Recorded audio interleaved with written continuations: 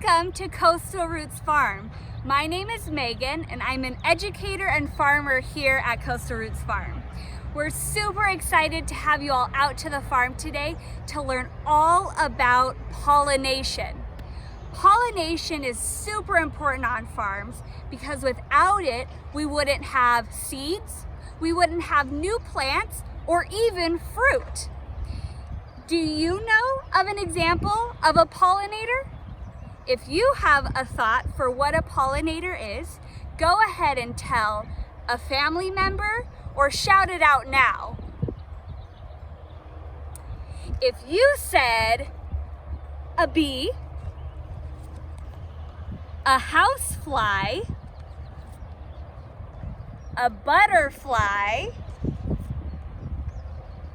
a ladybug, or a hummingbird, you're right. All of those are examples of pollinators. And pollination is a really cool process. For example, a bee will fly to a flower in search of a sticky, sweet treat. Do you have an idea of what that sweet treat is called? If you said nectar, you're right. Our pollinators, like our bees, are in search of nectar when they visit a flower. And in the process, when they're munching that nectar, they get pollen stuck to their fuzzy bodies. And without even knowing it, they travel to another flower. And when they reach that second flower, feasting on nectar, the pollen falls off and gets stuck to this sticky stigma inside. Go ahead and say that with us.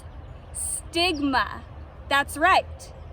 And once the pollen gets stuck to the stigma, the pollen tumbles down this pollen tube and ends up in the middle there, called the ovule. Go ahead and say ovule with us. Ovule. And that is how pollination happens. And once that happens, a new seed forms, and oftentimes a fruit forms. So go ahead and join us and take a look at our pollinators that we have here on the farm. I have this beautiful lavender bush behind us, and it's thriving with all types of pollinators, especially bees. We have some bees right here.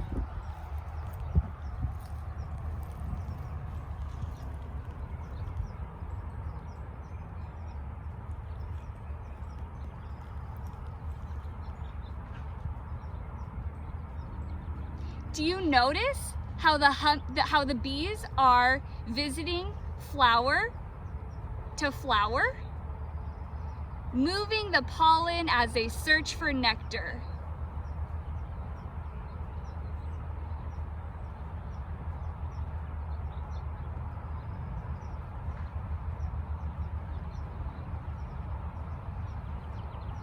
Now that we've observed our pollinators up close, I want you to follow me as we visit a farm favorite flower and fruit to learn more about how pollination works. Here I am at a farm favorite treat to show you all about how pollination works. So if you take a look over here, you can see that this plant has made a flower that will attract our pollinator friends, like our bees. And as the bee visits the flower in search of that sticky substance, nectar, it gets the pollen all up on its fuzzy body. And as it moves to the next flower, it transfers that pollen.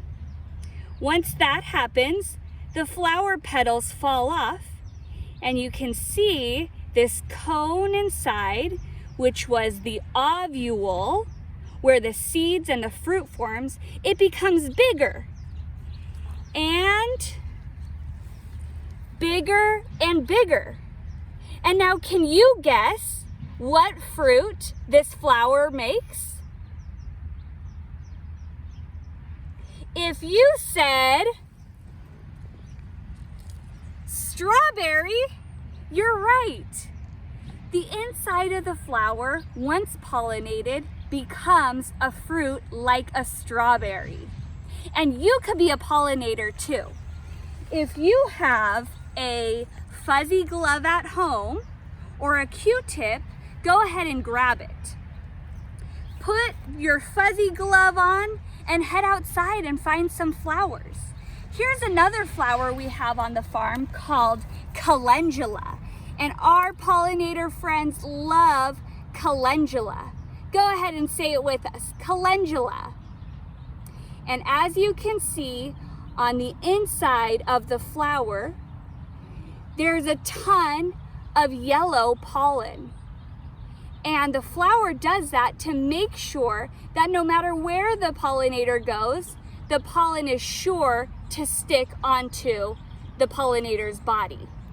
So go ahead and take your glove, rub it on the inside of the on the inside of the flower, and see if you can get some pollen on it. And then move it to the next flower. And you'll be pollinating your flowers too.